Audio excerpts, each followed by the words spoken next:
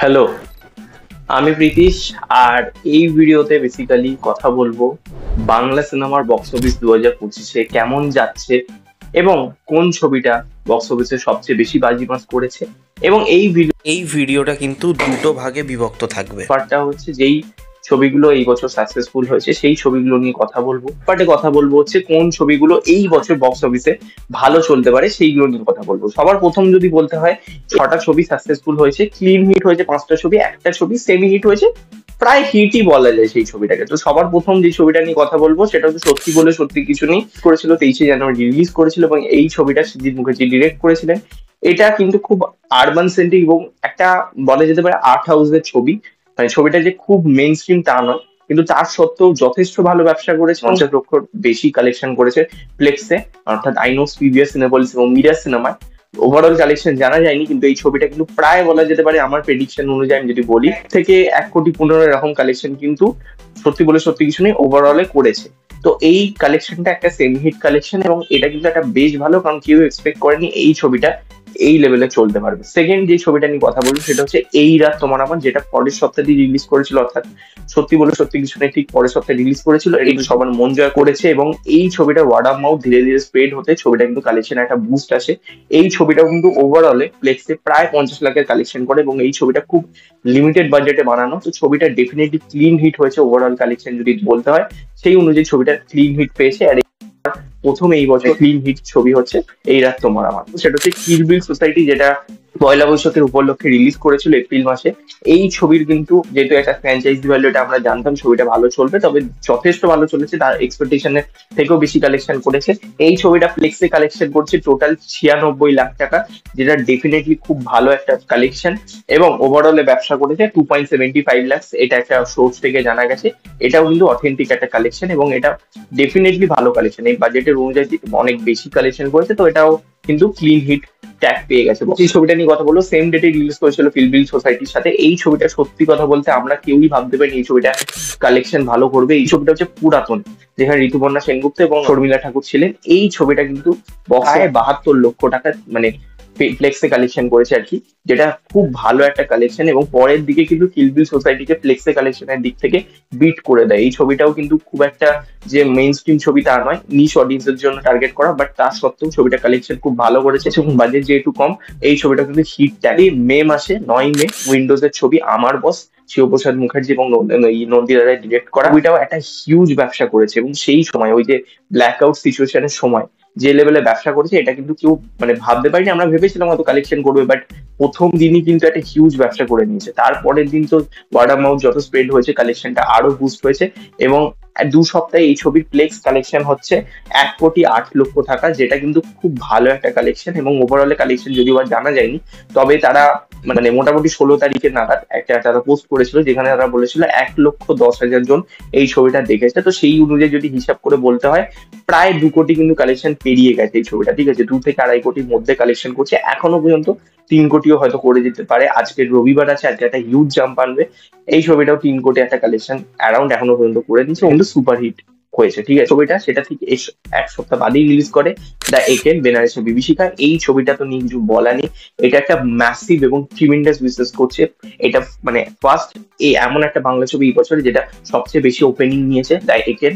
তো বিশাল ব্যবসা করছে এই ছবিটা, ম্যাসিভ কালেকশন এখনো পর্যন্ত ওভারঅলে কালেকশন করেছে। এটা একটা সোর্স থেকে জানা গেছে 3.5 কোটি, ইয়েস।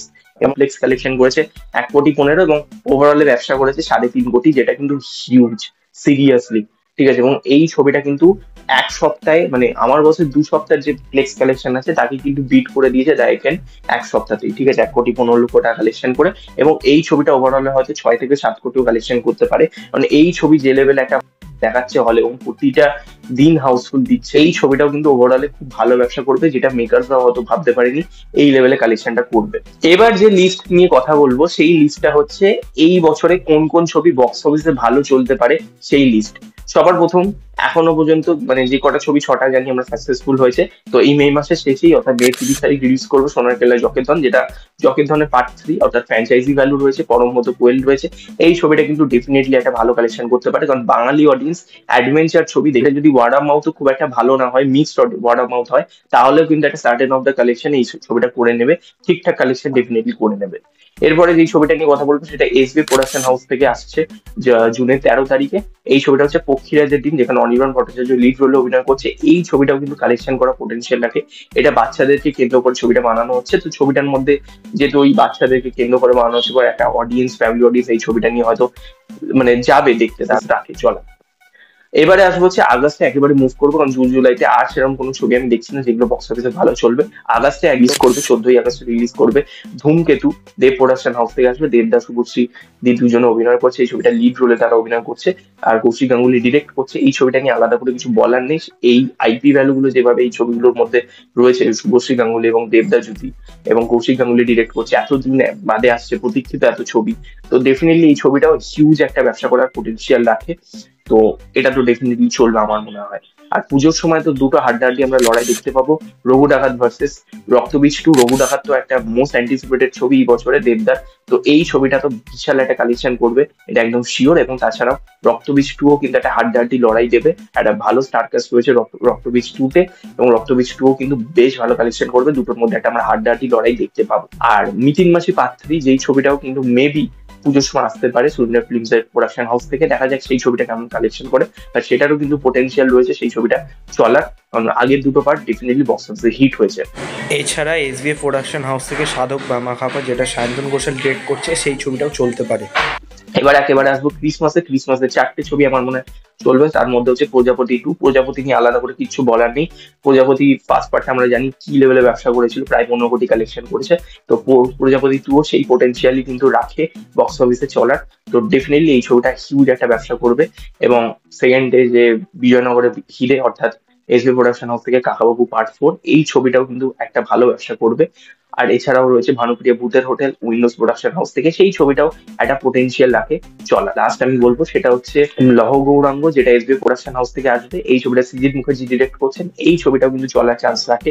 অডিয়েন্স কিন্তু এই ধরনের ছবি দেখতে যায়, দেখা যাক এই 4টে ছবি কেমন চলে, ডেফিনেটলি ভালো চলবে দেখা যাক। এবার যদি বলি ওভারঅলে, তাহলে আমরা কিন্তু বছর শেষে দেখতে পাবো প্রায় 16 থেকে 17টা ছবি কিন্তু বাংলায় সাকসেসফুলের দিক থেকে রয়েছে, ঠিক আছে, ভালো সাইন। এবং 2022-এর থেকে এই বছরটা হয়তো ভালো যাবে। 23-24-এর থেকে ডেফিনেটলি ফার ফার বেটার যাচ্ছে এই বছরটা, শুরুর দিক থেকে আমরা দেখছি। আর আমি চাইবো সামনের দিনে বাংলা ছবি ভালো চলুক, অডিয়েন্স হল ভরিয়ে দেখছে সিনেমা, এটাই খুব ভালো লাগছে, সামনের দিনে আরো দেখুক। তো এখানেই ভিডিওটা শেষ করছি। ভিডিওটা ভালো লাগলে লাইক করো, শেয়ার করো, সাবস্ক্রাইব করো, এবং তোমাদের কি মতামত অবশ্যই কমেন্টে জানিও, শেয়ার করতে ভুলো না, আর বেল আইকন ক্লিক করতে ভুলো না। নেক্সট দেখা হবে, টাটা।